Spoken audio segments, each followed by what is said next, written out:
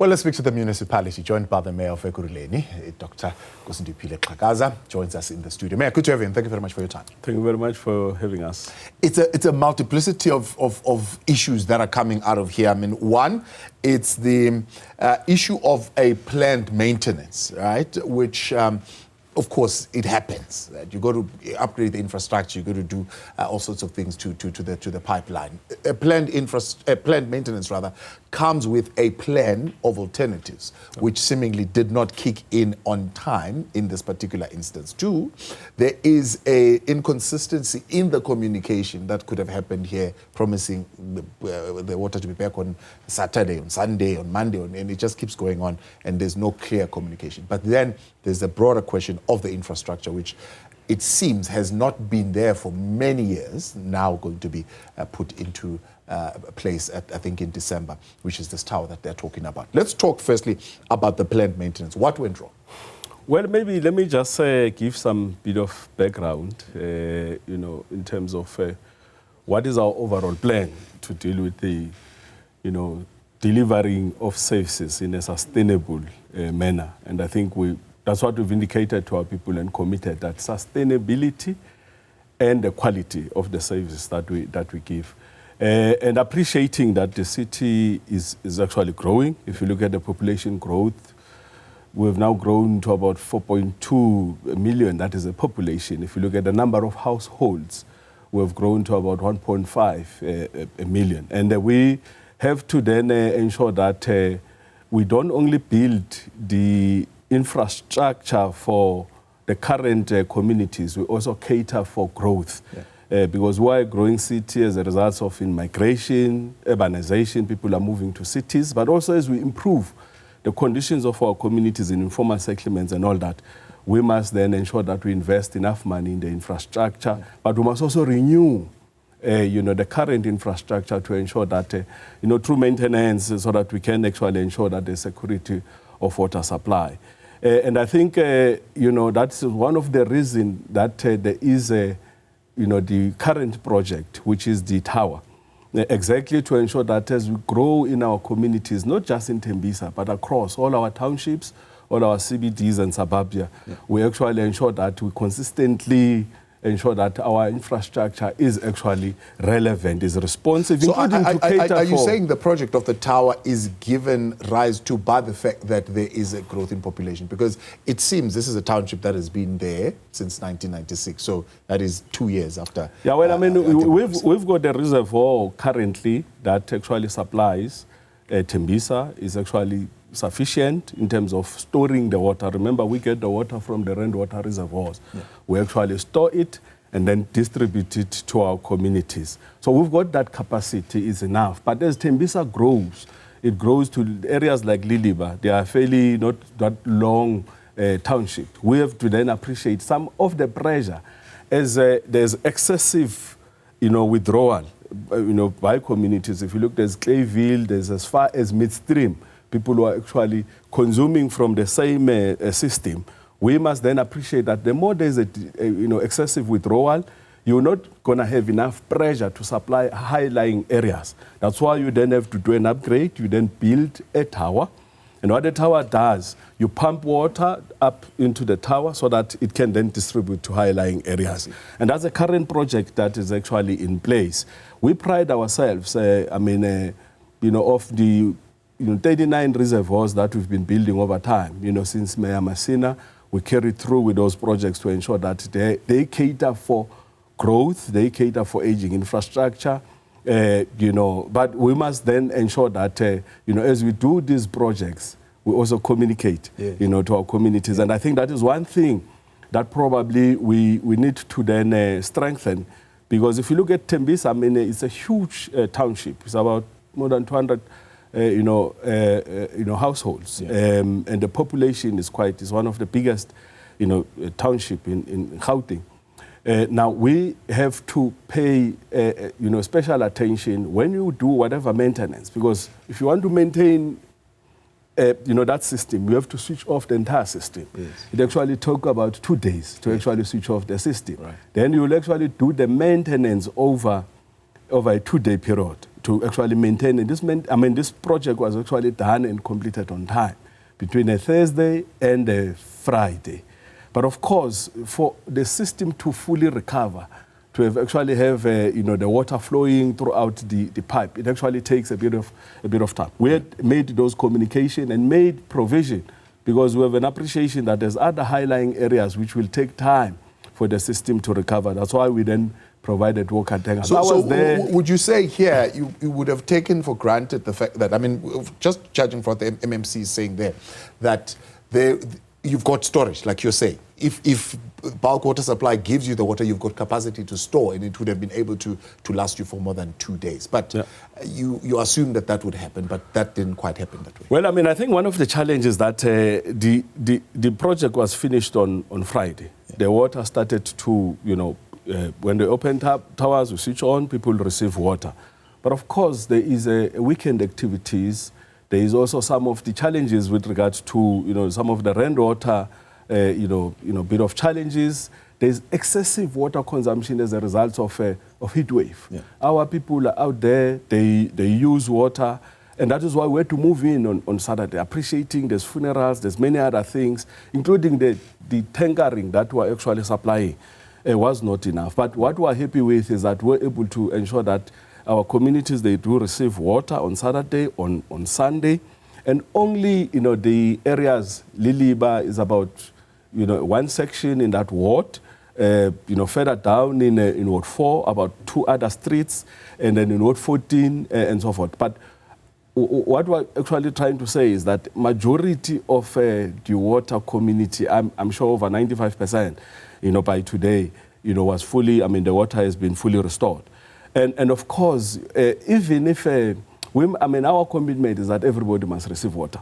But the community, of course, rightfully, when, 3 days, 4 days, they've not received water and there's no, that communication drive, vigorously. We know on Sundays our councillors were on the road and so forth. And today the MMC was also on the ground to actually ensure that we close that gap. Communities, they understand that because sometimes they suspect this thing is about watering tankers, but also they suspect. But I suppose also in the middle of all that, then you have an announcement by Rainwater saying there is a water storage level challenge in the Gauteng province at all, and municipalities are not cooperating. So you get that kind of communication also going on, and you haven't been having water for 5 days. You really see a major red line. Yeah, there's one thing about rainwater, and we must appreciate that we've made the necessary noise without politicking about it, because one of the areas is to point fingers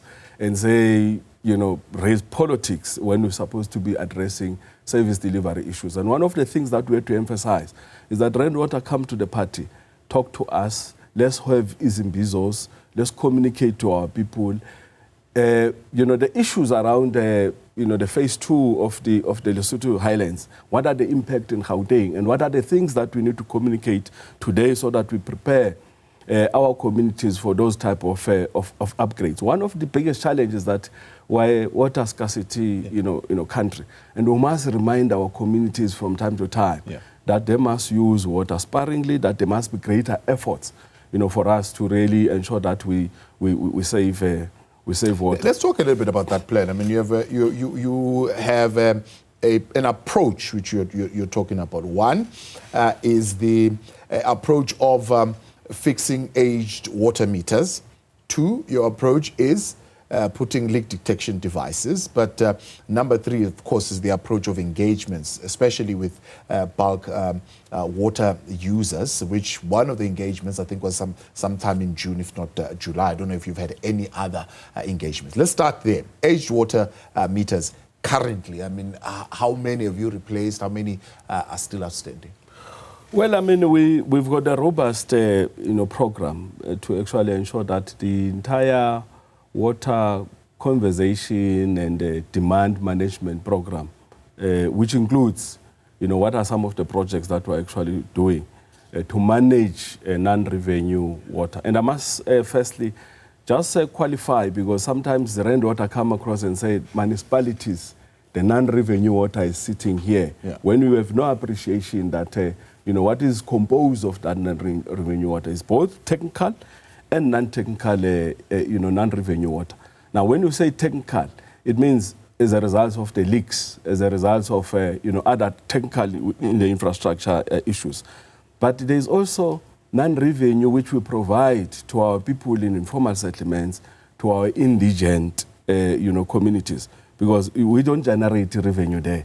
And if you look at the informal settlements, if you look at, our indigent, what we have to do is probably, work closely with communities, but also include what type of controls that we can put so that our community, those who enjoy free water, they understand that they can only enjoy free water up until, this level. And these are some of the campaigns that we must actually run, working hand in hand with communities. Yeah. And you will agree with me that some are quite, a bit difficult to actually enforce and police. Yeah. But how it come across is as if there's recklessness in municipalities, there's no leadership. Yeah.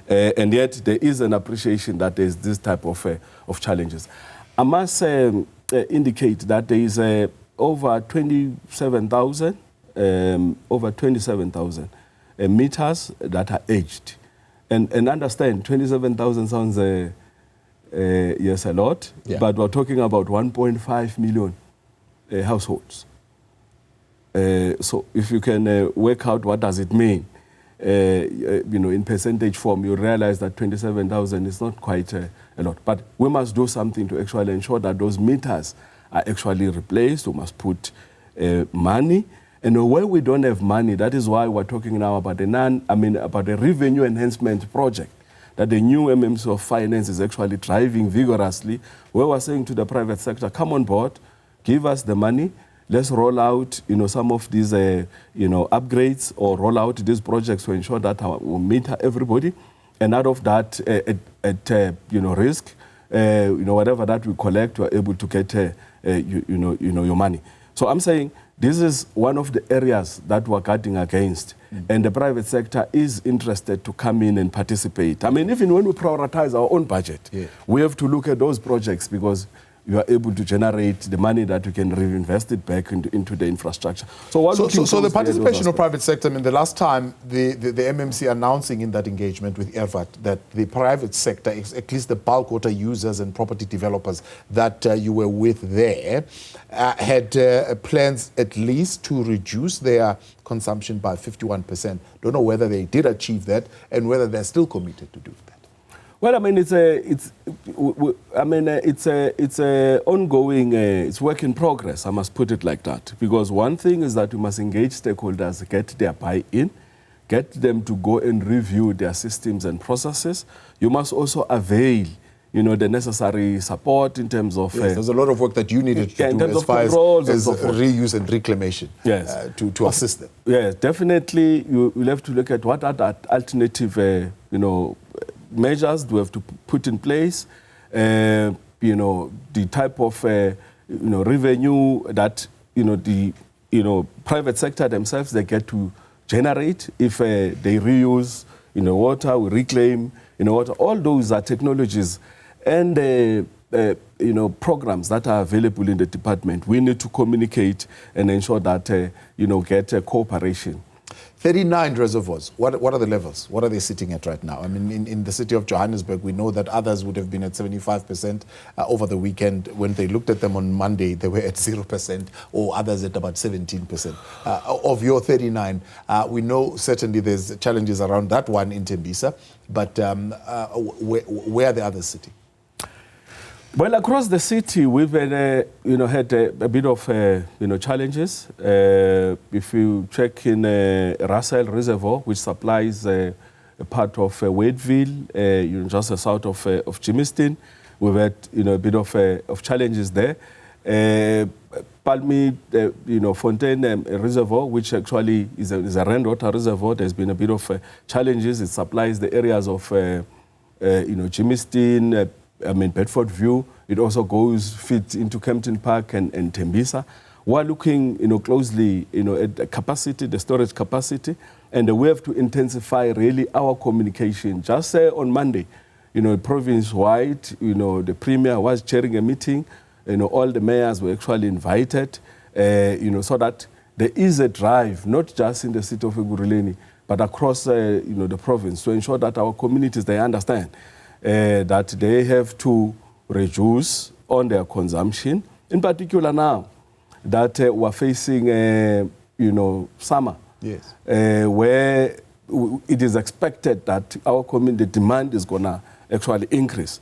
We have to communicate to our communities so that they understand, what needs to happen. But where we're sitting currently, we're still sitting at level 1 of restrictions, where we're actually just communicating, use water sparingly on certain times, don't water your gardens, don't refill your pools, including just to communicate to the informal traders. Yeah.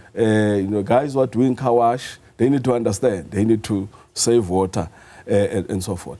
But as we continue to monitor how the system is responding, we have to, if there's no change in behavior, but also relying on how rainwater is actually improving, the system, we'll have to move into level 2.